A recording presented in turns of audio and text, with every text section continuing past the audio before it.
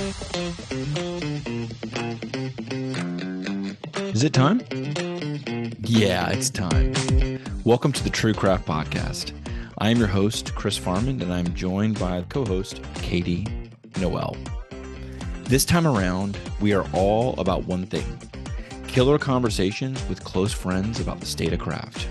Oh, it's going to be good. I hope to open the box on fresh topics while honoring the path that got us here. Let's do it.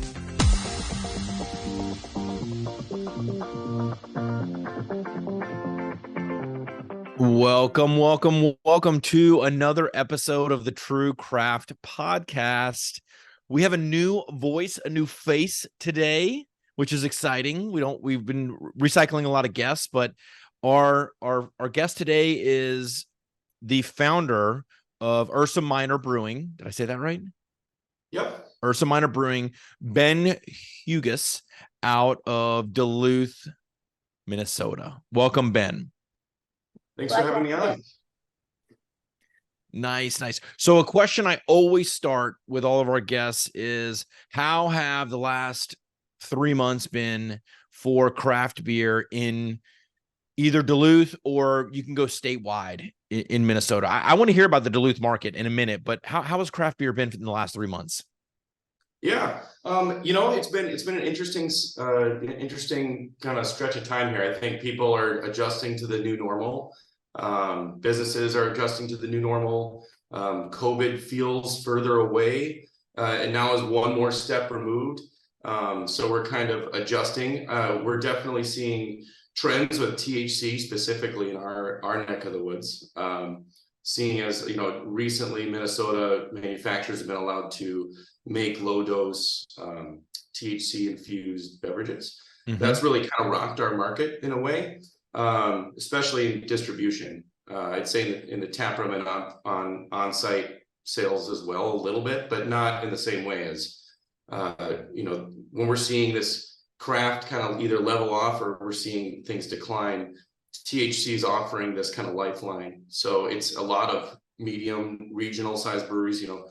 Size is dependent on where you're standing. If you're Anheuser-Busch, everyone's small, but for us, we're very small looking at our kind of regional breweries, and they're all latching on to THC like it's the next big thing. And so it's been interesting to watch. We haven't gone full in on THC yet. Not that I'm against it in any way, obviously. Just we actually have a couple test batches in right now, but we're just trying to take our time with it and do it the way that we feel comfortable with and feel like that jives with our beer and our brand.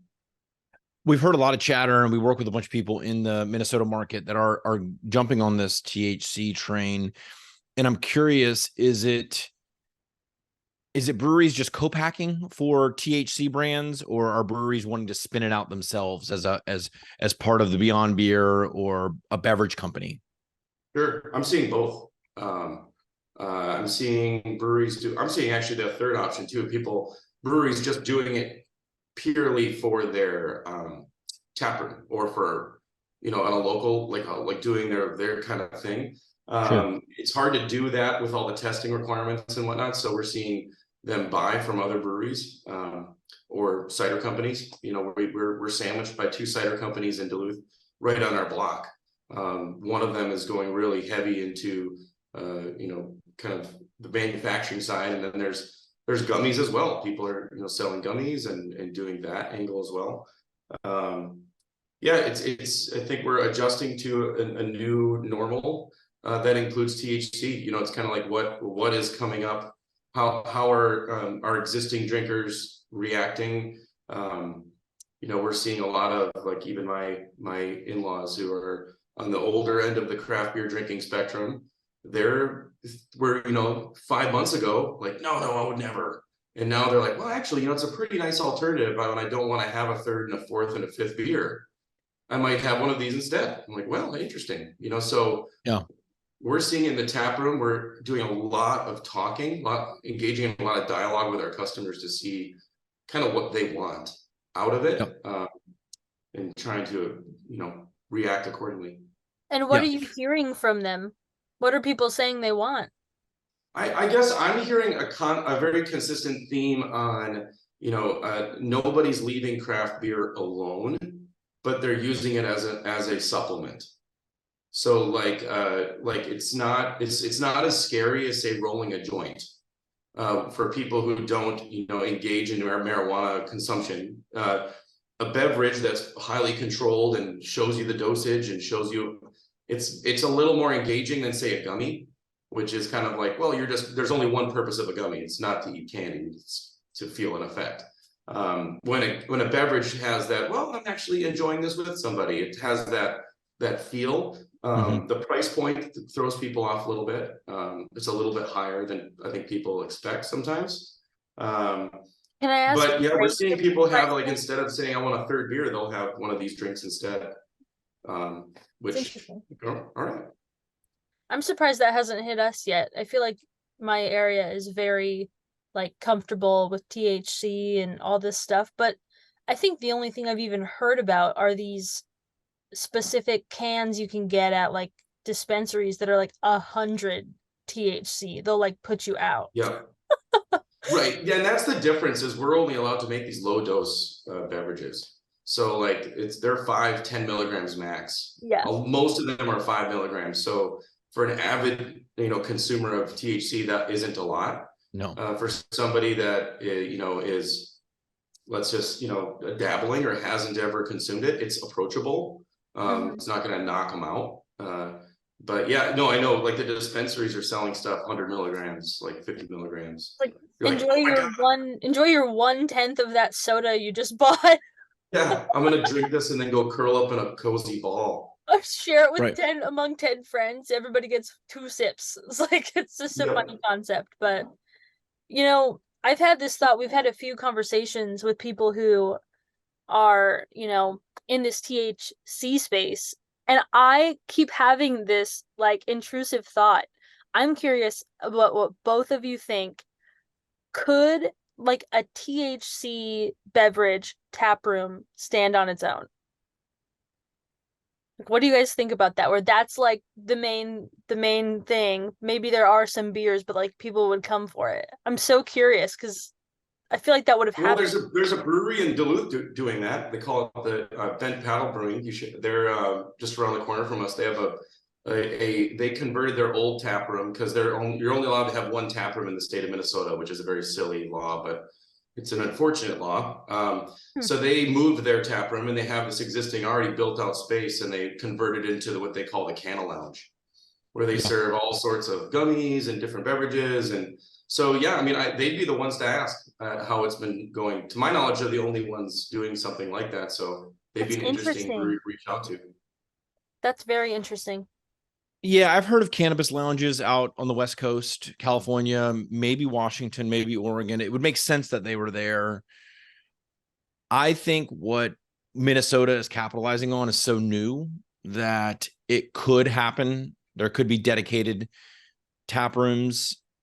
I mean, just think about the opportunities there with the various foods and the various capitalizing on all that. It could get pretty wild. Now, I think the cannabev space is new.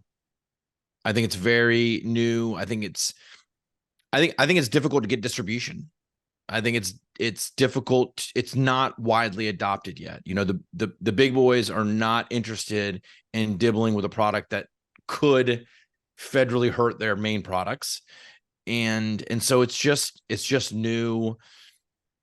I think it's gonna pop, and then it's gonna come. Do you feel like it's a bubble?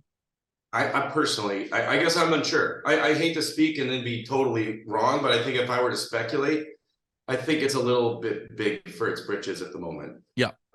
Well, there's every brewery's who's decided to make one, because it's very easy to become compliant. It's a crowded shelf. It's like the NA space. NA, you go into a liquor store, and it's not like there's 50% of those liquors of that space is dedicated to NA. It's a very small shelf. I mean, we make an NA, so we have a little experience in it. We've been making an NA for 4 years now. We've found success with it, but we know the hangups with it. And it's definitely been a challenge and something that we've been working hard to like make profitable and make work. It isn't yet, but someday I hope it will be. But I think THC, like, liquor stores aren't just up scooting out all the coolers and putting in THC space. Like they're leaving a warm shelf that's all super crowded already, because it happened super fast. And I think things you've talked about, previous guests, of the economic conditions for craft breweries right now is forcing a lot of breweries to get creative, and they see an opportunity like this, and there's not just one brewery jumping in, it's everyone. Yep. So like now that everyone's there, and that's why we kind of stayed out. It's kind of like, well, we didn't want to get in the fight, so we're going to stay on the sideline, watch it happen a little bit, and then we're going to jump in. But when we feel like we're putting out a product we're proud of. Yep. So I love it. I want to talk. I didn't know you were doing an NA product. Let's talk about that journey for a minute. Sure. What process are you using to create the NA? Yeah, so we right now we are using a company that does out of the Twin Cities, that does a distillation, a high pressure distillation. So they can distill at very low temperatures and pull off the alcohol. It's a very expensive process. It's taken a lot of experimentation to get something that we're even happy with. We dumped a lot of beer down the drain. Mm-hmm. It's hard to get liquor stores to keep it on a cold shelf. We have to constantly worry about, like, do we add chemical preservatives or do we pasteurize? And it's been a journey. It's been a journey. You can't charge the same price point like THC right now.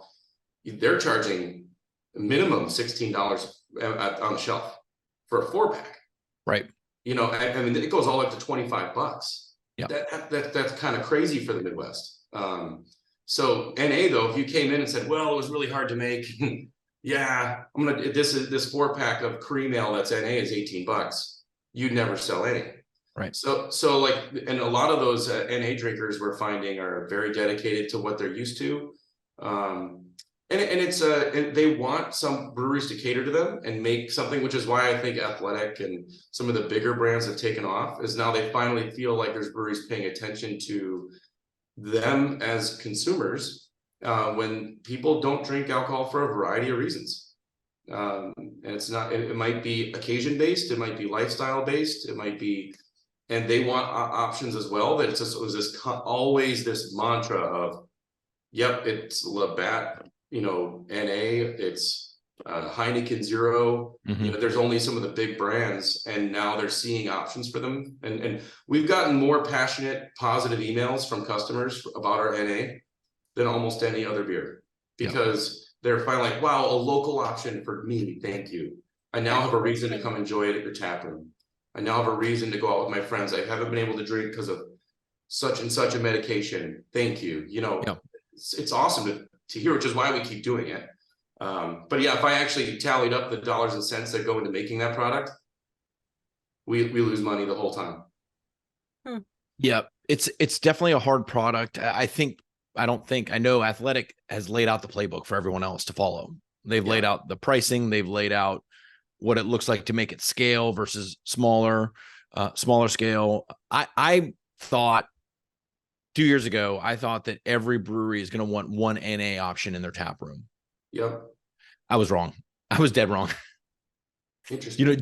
Just as like, it's a very social industry, right? We are a socially conscious industry. And I thought for sure, if one person in the middle of each state plopped down one of these $500,000 machines and started cranking it out, they would have an automatic pipeline of the number of tap rooms in the state, just at least buying 1 keg a month. I was dead wrong. Not happened. Not interested. Some breweries are starting to bring on Athletic as like another option, but they're not waving it in the air. I was told by some people that, people come to tap rooms because they want to have that social alcohol experience. So I'm still really confused on this. I know it's expensive to make. Certainly we weren't going to have the seltzer show up that we had for NA. It's just impossible. No. That doesn't exist. I think though, I will say that, we found success. So like our brewery is built around our tap room. Our purpose, we believe, is like we brew beer and other things now with the sole purpose of bringing people together to create connections. So like we are that kind of social conduit. We don't have TVs. We don't, because we're in an over technological world. Mm-hmm. We're trying to kind of bring people back to, I don't know, talking to each other. The issue with only focusing on alcohol there, which is why I'm coming around to THC myself as an option, is that I feel like NA and THC are in the same channel a little bit, where like that person is looking for an alternative. They still want to be with their friends. They want to be with their family. They want to be part of the group. And that's why NA beer is important to us. Is there's people who are like, I want to have a beer. I'm driving. I can't have another alcoholic beer. Sure. So is it a high mover? No, not at all. But for those people that it connects with, it connects really strongly with. And I think that's like, there's only 12 drinkers in all of Minnesota, but those 12 just feel like they were just so high-fived that they're like, thank you. That meant the world. And I'm going to make sure I come to you now forever. So for us, it's kind of like yes, we want to cater to that person so that their whole group can come. It doesn't exclude that person out of that group. But we're not under any delusions that it's going to be like the next thing for us. Like, well, yes, that's where we're pivoting our business to fully NA options. No, I don't think that's real life. And we make a cream ale. It's a very benign style. We've thought about, do we branch into having a hoppy version like Athletic does? It's a lot of work for a lot more SKUs. And will we do one in the tap room someday? Sure. But I don't know if we're going to be pushing beyond that. Dude, the cream ale is making a comeback. It was my first love, and it will always be my first love. And I think Amber's making a comeback. Cream ale, certainly all the lagers, all the pilsners are making a comeback. So rock on cream ale, even if it's NA. Yep. Rock on cream ale. So delicious. I gotta have one. I've not tried that. You never had one? I don't think so. Oh, being in the Pacific Northwest, it may be hard to find one since you're in Hopland. You're in IPA land. I am in IPA land. I'm just floating happily around in IPA land for now. Well, but I like trying new stuff. Get to the Midwest and into cream ale land. You got Spotted Cow. You got, there's a bunch of cream ales on the market. I'll try anything. But awesome. All right. So topic we laid out for today was just brewery health. It's a general topic, but I think we can take it in a bunch of different directions, right? We can talk about financial health. We can talk about cultural health, brand health, portfolio health. Let's break it off with my most comfortable topic, which is like financial health and what that means to you, and when does your spidey sense start to go off when financial health may not be firing exactly the way that you want it to? Sure. Yeah. I mean, I've your perspective on this particular topic is really interesting. And I think it's really refreshing for the industry as a whole. If you, thinking back of like the trajectory of where breweries have been, and we've been open 5 years. So we opened in 2018, right as things were starting to feel a little different for breweries. So we have a lot of our competitors around us in our local market that were open for that 5 years before that of just boomtown, where it didn't matter what you were making. If it went in a can and got to your distributor, it sold. So there wasn't a lot of like need to actually be good at any of the topics we're just about to discuss. You don't need to be good at finances. You don't need to be that good on cultural health. You don't need to be that good on like how you pay people, because everyone wanted to work for free at a brewery. They were like, well, I'll work on the canning line. I'll volunteer in the packaging hall. Just give me a job. And I actually, it was a little disturbing, like that was hard for us when we were opening Ursa. We were looking for ways to get experience.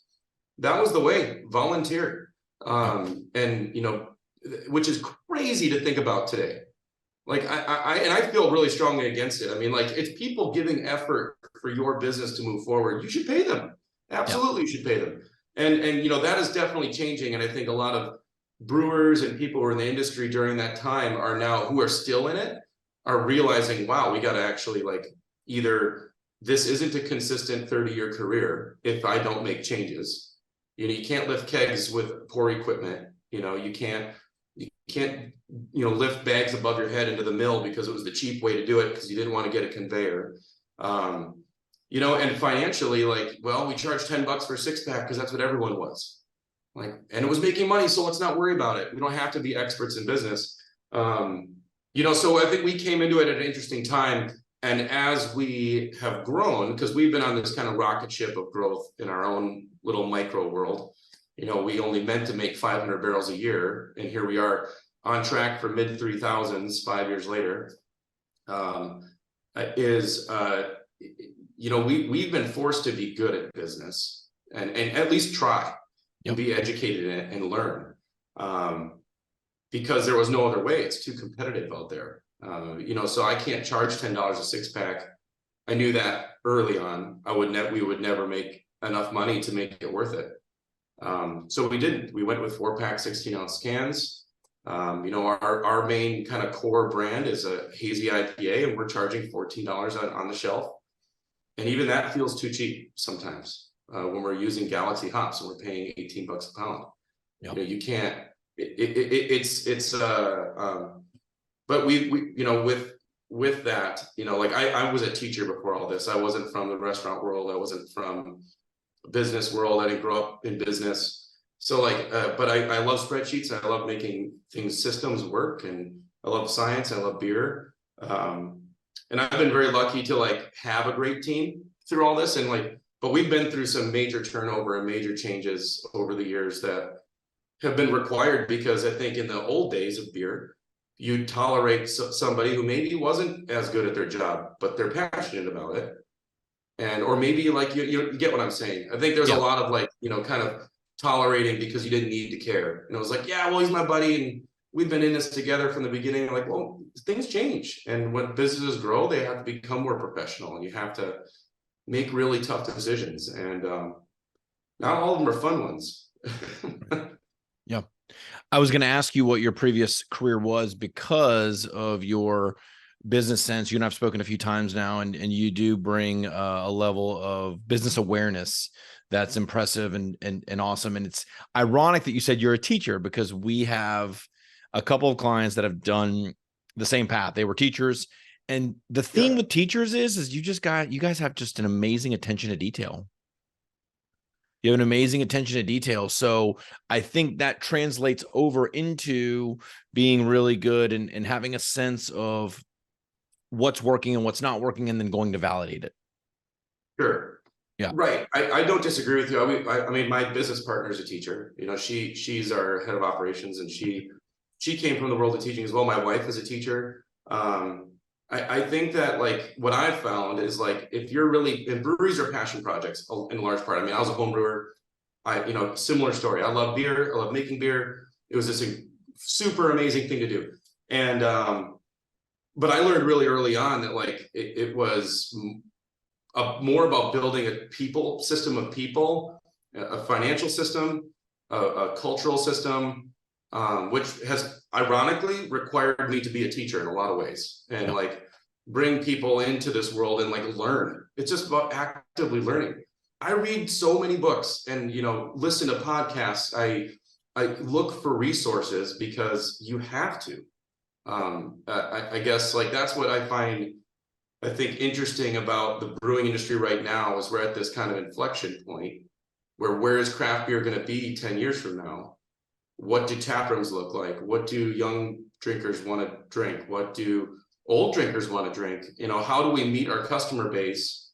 Do they just want to go to concerts? Do they just want a hard seltzer? I guess, how do we be true to why we did this?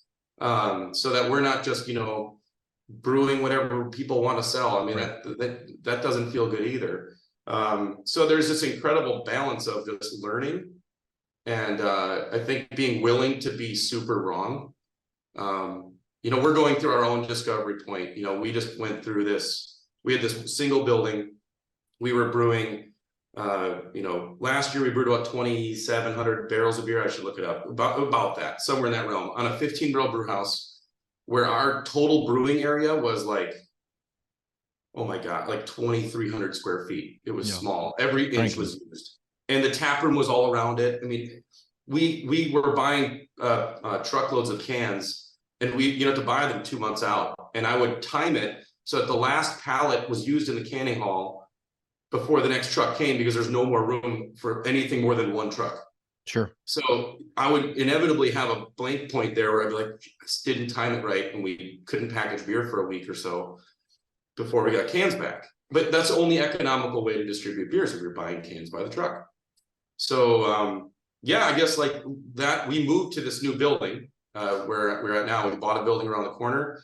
Big step up into big boy, big girl land of like business overhead. Like we have this huge new overhead because we've got another 20,000 square foot building, moved everything, went through this transformative year, that it was employees finding new places. How do I fit into this system? Wait, I don't see the bartenders every day anymore. What does that feel like? What are we as a company?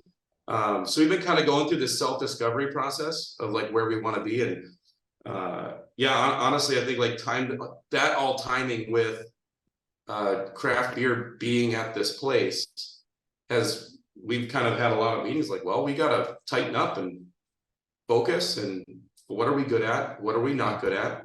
Stop doing the things we're not good at, or fix them, and capitalize on the things we are good at. And I guess you've alluded to this in a lot of your previous conversations of some of those decisions are tough. Yeah.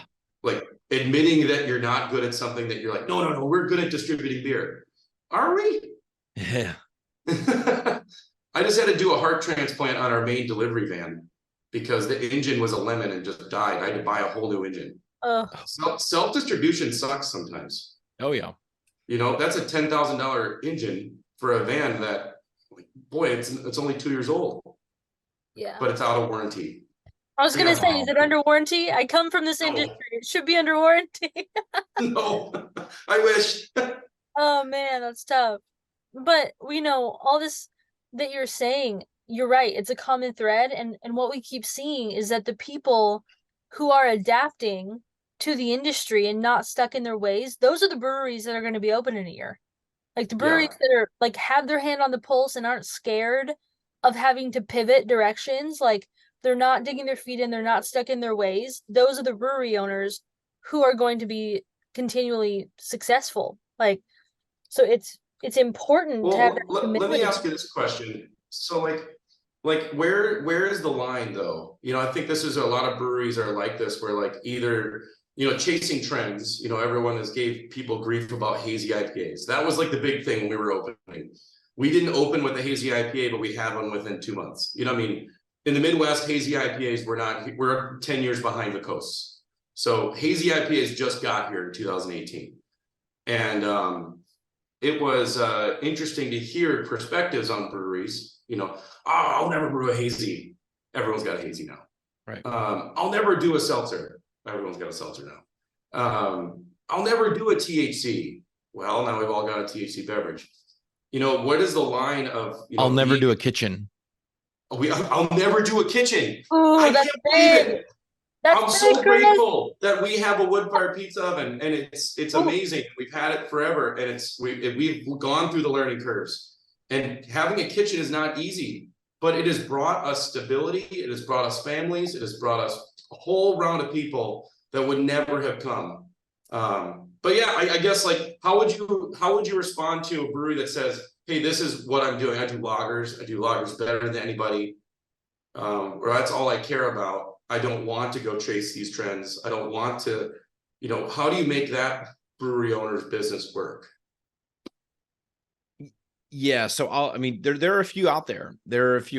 I would say on either sides of the spectrum, right? There are the breweries out there that just do lagers and are globally renowned for that. And those breweries may be okay, but I still think they're pigeonholing themselves. I still think they're slowly backing themselves into a corner, not realizing it. And then you have breweries on the other realm that don't have the recognition and are still doing just a whole list of Belgian ales. And you can't help you can't help someone if they don't want help. You can't help. Now, I don't think, beer is a consumer product. It's a consumer good product. It is alcohol. It is social. There needs to be some romanticism to what you brew and dedication to what you're good at and what you're passionate about. But if you want to take it into the business realm, there's also has to be a level of like market awareness and understanding what the customer wants. And I think that's where a lot of breweries got pulled into the seltzers, and they may be getting pulled into the THC, and they got pulled into the hazy. The consumer wants that, right? The consumer wants that. And if we have capacity and we have people to make the product and we have the science to make the product, we should consider making it. So I think there's a lot of I don't want, and I think there's a lot of do you want to be in business, right? So that's the real question to ask, unless you're that 0.5% that has global recognition for a style of beer that you can hang your hat on, and distributors will buy it lights out, no questions asked, sight unseen. You're dealing with consumers, and consumers are fickle, and they change their taste buds all the time, and their interests change all the time. So you got to stay on top of it. Well, do you feel like a brewery ought to just follow all these trends, Chris, or would you say there's still a tension that brewery owners have to live in where they're addressing consumer desire but still staying true to their identity and to like who they are? Yeah, absolutely. Yeah, okay. I'm not saying give up who you are or what your identity is. And Ben, I really like your approach of testing and putting out an excellent product before you put it out. Running one of those campaigns and then determining whether that style or whatever is a fit for the culture, the brand.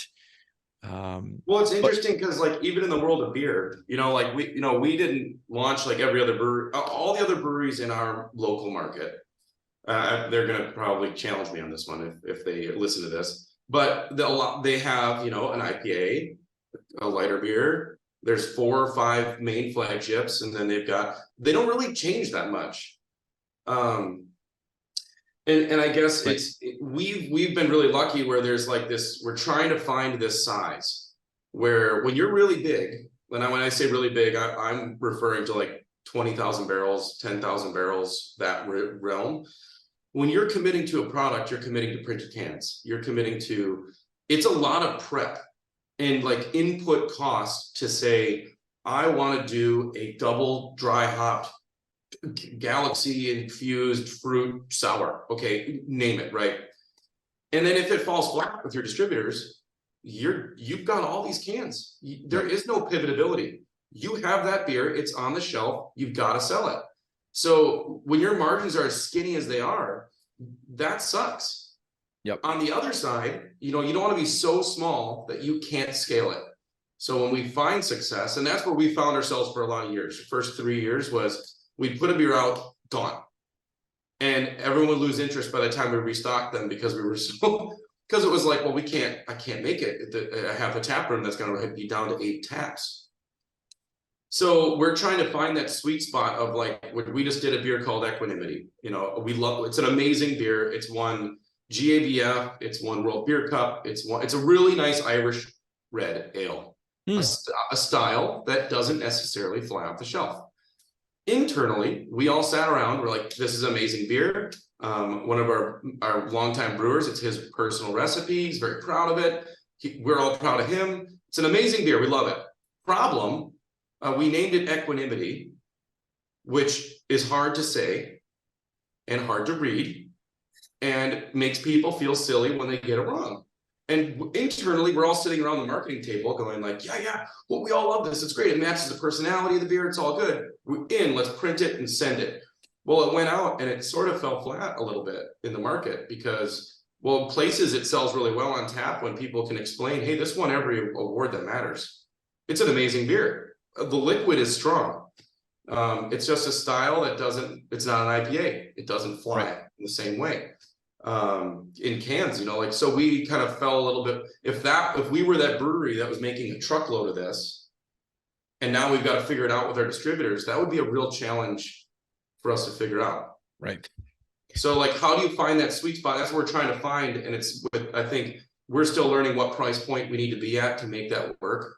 But yeah, anyway, I could talk forever. So this topic of portfolio health and portfolio design has never been more critical than now. Yeah. Right. I have been on my pulpit screaming for the past year and a half that breweries should be distributing no more than 3 styles, the standard SKUs within those 3 styles. And it's really a focused approach because, I mean, I have all my reasons why. It's all over the website as to why I think that. How do you all go into designing your portfolio? And is it the sales team driving the brewing? Is it the brewing driving the sales? Like, talk to me about your portfolio health and design. Yeah, that's something we're focusing on right now. How do we do this to go into the future with distributors? Like we've been proudly self-distributed for a long time. And when you're self-distributed, we have learned this lesson.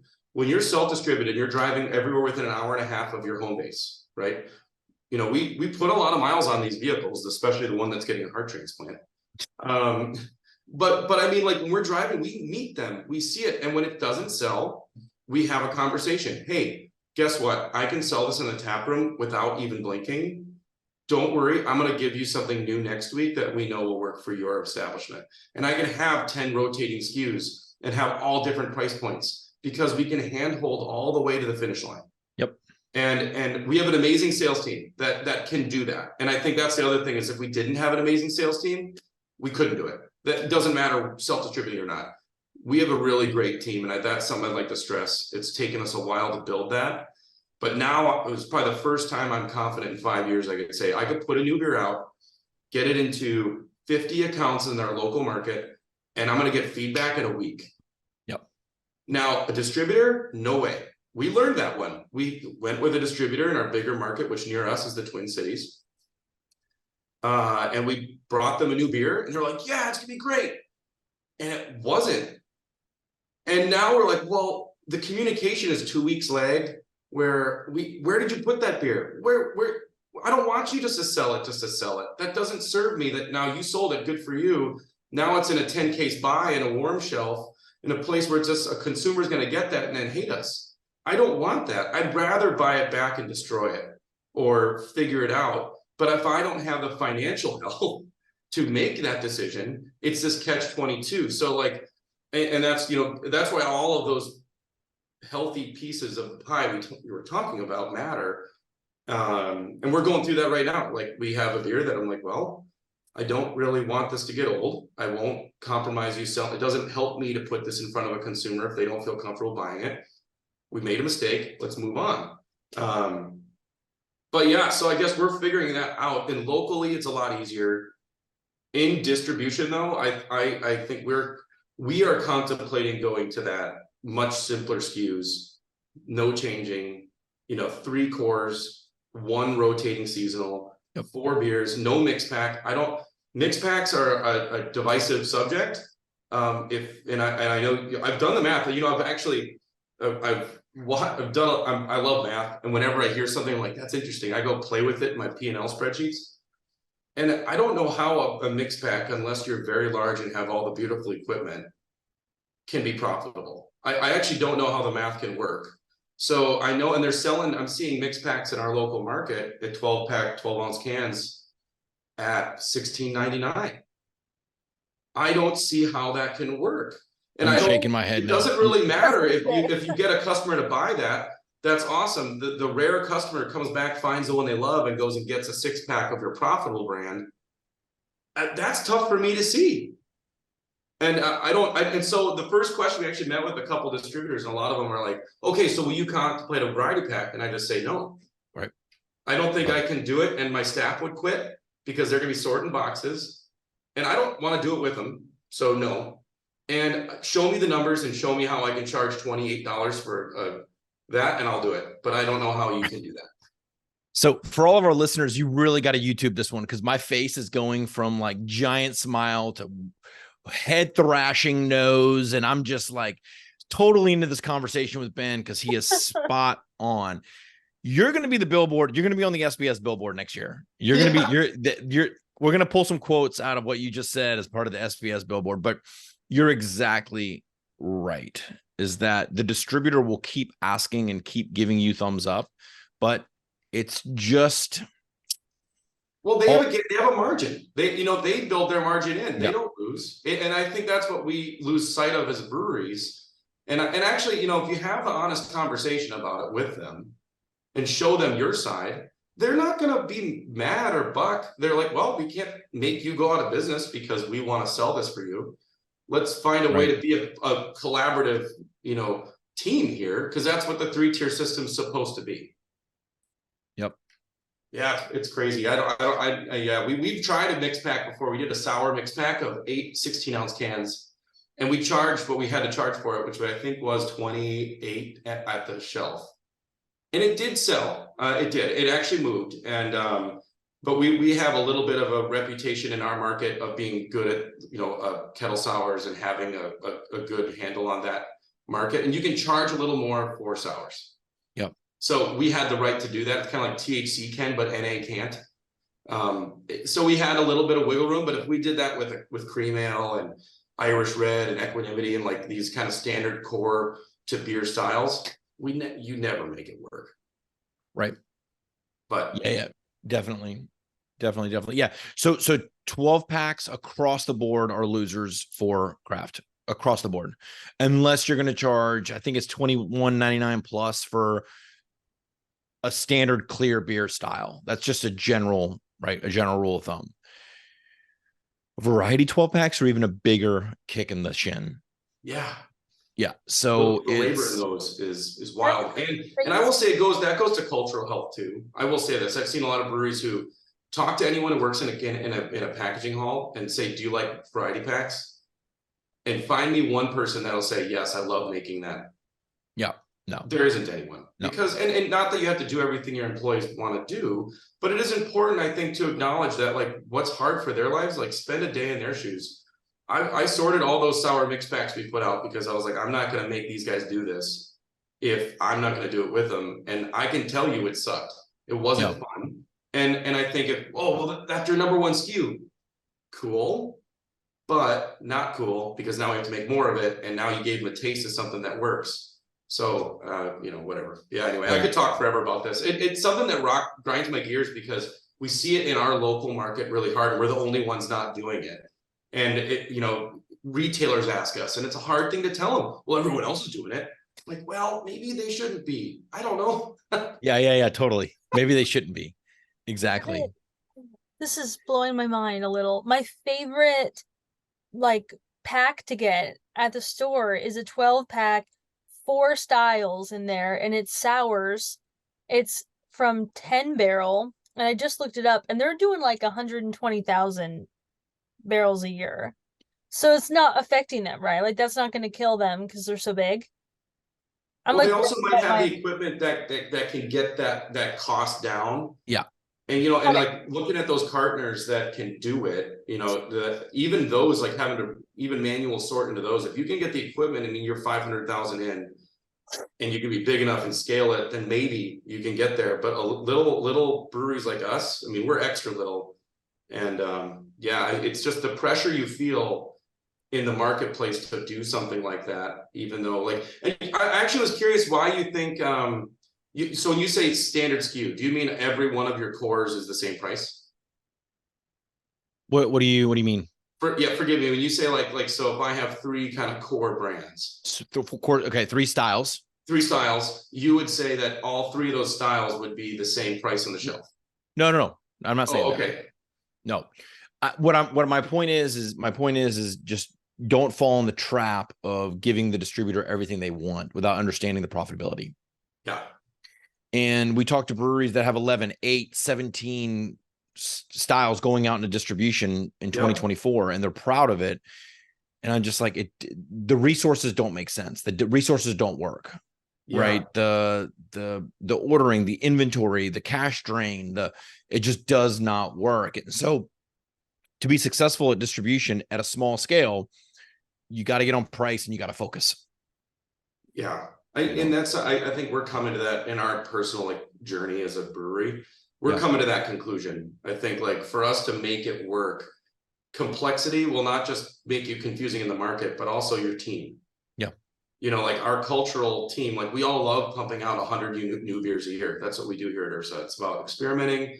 It's about like real scientific steps. And like that is really fun for us in the tap room and in the local market. That last asterisk of in the tap room and in the local market was never part of our mantra until the last few months. You know, that was something that we've come to terms with, knowing like, well, because we made some mistakes. Yep. And I think we're figuring out like this. There's a term that's come up on your podcast before, and to your listener, of right sizing a brewery. And I've heard that in other places and other conversations of right sizing. And I think that is a challenge. Like what, and because there's a definite ego thing to this of like, no, my right size is extra big because I'm a big, strong, good at business. Right. And, or am I not, maybe not big, strong, good at business, but maybe being big, strong, good at business is knowing my limitations in my personal market and my team and my time right now, being at least like vulnerable to say that out loud. I don't think you ever had to in the beer world before. Maybe I'm wrong in that, but I didn't exist in the times of austerity or in the other previous dips. Right. You know, breweries I didn't exist as a brewery and I didn't have that perspective. But like, I think a lot of the 10,000 breweries that are open haven't seen a real downtick and haven't had to be honest. Maybe that's what I'm getting at. I don't know. Like, I know you talk to these folks all the time, but I mean, like, that's hard to do. Right. And so what I've seen since 2010 was a very open book, very open, you know, really open book, right? So early days, they were helping each other. They were talking about various things, but business wasn't a problem. Selling beer wasn't a problem, right? And then everyone went really close to the vest after that. And then COVID, everyone just survived. And then here we are. And I'm starting to see more breweries come together, owners come together and have honest conversations and open the book, open the kimono as far as what they're struggling with. How can we put our resources together? How can we do this? So without a doubt, it is critical. We had Michael Mimzik on a few weeks ago, or I'm not sure if that episode has aired yet, but nope. He has a couple of masterminds actually up in Colorado, which it's all brewery owners, and they get together and it's like, we gotta hash this shit out. Yeah. We gotta sort this shit out and we gotta figure it out together. And now is the freaking time to do that. Well, and it's interesting too. I think thinking about the age of most brewery owners. Like, what would you guess is the average age of a brewery owner right now? 40. Just take a stab at it. I'd say 40 to 42. 40 to 42. So like they've been at it for 5-10 years in general, right? Looking at the general population. Like in any business, like when you start thinking about it in business, a lot of folks are looking at it like, well, now what? What now? Like, where do I go? How do I need to get out? If I need to get out, is there even an avenue other than the auction house? And I think that realization, because when it's a passion project and you don't know where it's going to go and you can sell everything you need to sell and it doesn't matter, there's so many options out there. I remember coming into this hearing, oh yeah, AB offered so-and-so this much money. Oh my gosh, this distributor wrote a check to who cares who. And now, but that's not a thing.